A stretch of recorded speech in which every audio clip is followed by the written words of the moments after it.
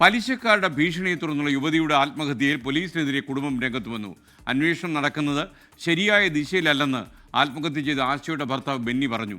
പ്രതികളെ സംരക്ഷിക്കുകയാണ് പോലീസ് ഇപ്പോൾ ചെയ്യുന്നത്. ഒളിവിൽ പോയ പ്രതികളെ കണ്ടെത്താൻ ഇനിയും പോലീസിന് കഴിഞ്ഞിട്ടില്ല.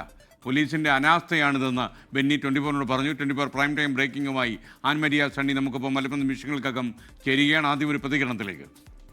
പോലീസിൻ്റെ അനാസ്ഥ തന്നെ ആയിരിക്കുള്ളൂ എന്നുള്ളതാണത്. അല്ലെങ്കിൽ പിടിക്കേണ്ടല്ലേ? മറ്റേ മൊബൈലിൻ്റെ ഇത് നോക്കി ട്രേസ് ചെയ്ത് പിടിക്കാൻ പറ്റൂലേ? മുഖ്യ പ്രതിനെ കണ്ടെത്തിയാലേ ഇതിന് മെയിനായിട്ട് എന്തെങ്കിലും നടപടി എടുക്കാൻ പറ്റുള്ളൂ. ആളെ തന്നെ അത് മുഖ്യമന്ത്രിക്കും സൈബർ സെല്ലിനും പരാതി കൊടുക്കണമെന്നാണ് വിചാരിച്ചത്. അന്വേഷണം കൃത്യമായിട്ടല്ല നടക്കണം, അതിൻ്റെ പേരിലാണ്. അന്വേഷണം കൃത്യമാണെങ്കിൽ അവരെ പിടിക്കണ്ടല്ലേ? ഇപ്പോൾ 5 ദിവസത്തിൽ കൂടുതലായില്ലേ? എന്തുകൊണ്ട് പോലീസിന് പിടിക്കാൻ പറ്റുള്ളത്? പിന്നെന്തിനാ പോലീസ് നമുക്ക്? ആൻമരിയ സണ്ണി വിവരങ്ങളുമായി കൊച്ചിയിൽ നിന്ന് ചേർന്നു. ആൻമരിയ, പ്രൈം ടൈമിലേക്ക് സ്വാഗതം. വിശദാംശങ്ങൾ.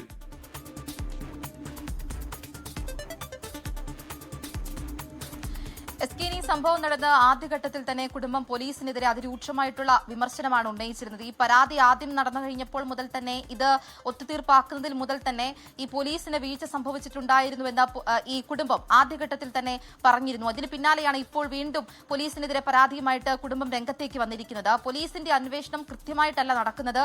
പ്രതികളെ കണ്ടെത്തുന്നതിന് വേണ്ടിയിട്ട് പോലീസിന് ഇതുവരെ സാധിച്ചിട്ടില്ല. ഈ പ്രതികളിൽ ഒരാളായിട്ടുള്ളത് റിട്ടയർഡ് പോലീസ് ഉദ്യോഗസ്ഥനാണ്. അവരെ സംരക്ഷിക്കുന്നതിന് വേണ്ടിയിട്ടാണ് പോലീസ് ഇപ്പോൾ മുൻപോട്ട് വരുന്നത്. അത് മാത്രമല്ല, കഴിഞ്ഞ ദിവസം ഈ പ്രതികളിൽ ഒരാളായിട്ടുള്ള ആളെ അറസ്റ്റ് ചെയ്തിരുന്നു. പിന്നീട് ജാമ്യത്തിൽ വിടുകയാണ് ചെയ്തത്. ഇതുൾപ്പെടെ ഈ അന്വേഷണം നടക്കുന്നതിലുൾപ്പെടെ കൃത്യമായിട്ട് തെളിവുകൾ ശേഖരിക്കുന്നതിലും പോലീസിന് വീഴ്ച സംഭവിച്ചിട്ടുണ്ട് എന്നാണ് ആശയുടെ ഭർത്താവ് ബെന്നി ഇപ്പോൾ 24നോട് പറഞ്ഞിരിക്കുന്നത്.